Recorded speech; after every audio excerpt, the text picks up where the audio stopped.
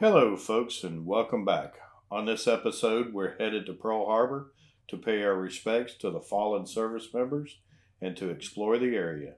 Sit back, relax, and enjoy the experience.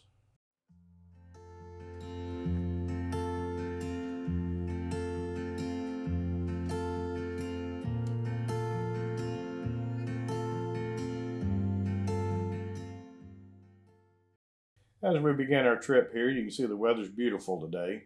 We're going to exit H1 down to the Kamehameha Highway East, and then we're going to turn into the Pearl Harbor Visitor Complex and start our exploration of Pearl Harbor.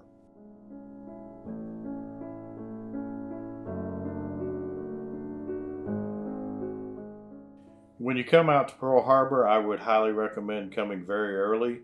The complex does fill up quick, and also I would recommend coming on a weekday and not a weekend because of the crowds.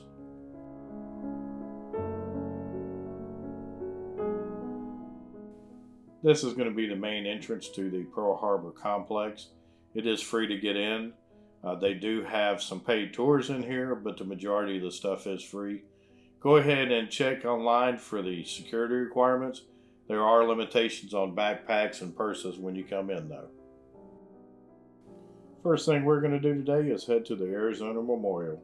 It's going to be over on the left over here when you come in. There's going to be a small presentation which they explain the proper etiquette for the memorial, and then we'll head out on the boat to the memorial. That is the bridge to Ford Island, which when we leave here, we're going to head over there and see the USS Utah's memorial.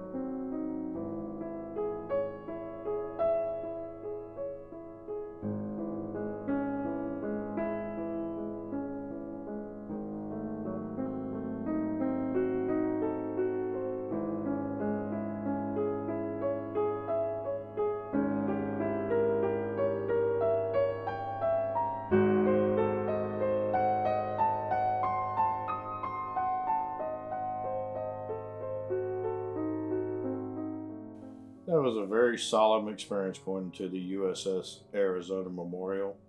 Learned a lot while I was there. Definitely worth my time and effort to go.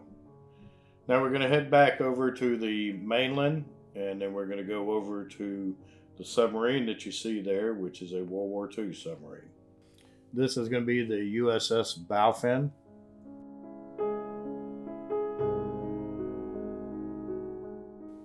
As we enter the submarine here, we're going to come into the forward torpedo room. The World War II diesel submarines had a torpedo room in the front and the back, or the forward or aft. This will give you an idea of what it was like in here and how cramped the space was. We're going to go into the officer quarters area. This is their little galley. This is the officer berthing. And then over here on the right is what's called the ward room. This is where all the officers ate and held their meetings. This is going to be the control room for the submarine. These wheels and all are what they use to steer and to raise the submarine up in depth. Up here is the periscope room, and you'll actually see the periscope, which is right there on the left. But basically, this is where they controlled it. Now, this is going to be the galley and the mess hall for the enlisted personnel. And the mess hall was used from everything from eating to socializing. There's steps down to the lower levels. They played their games in here when they were off.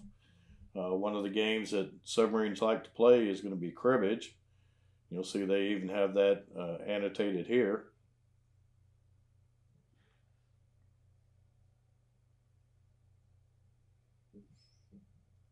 And then we go back into the enlisted berthing, and you see how the racks fold down when they're sleeping. And during the day when they're not sleeping, they fold up so they're out of the way.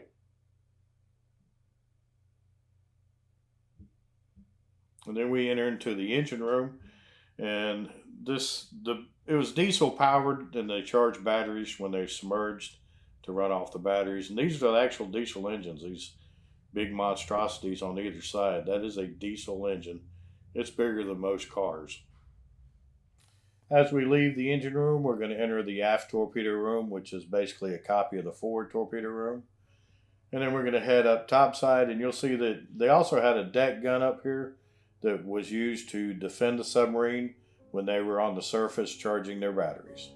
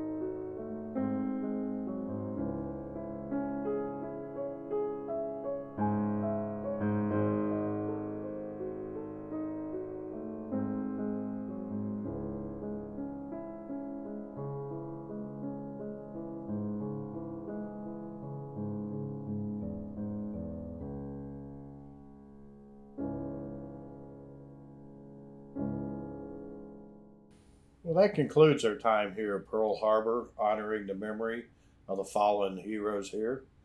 We hope you've enjoyed this. If you get a chance to go, we would highly recommend it.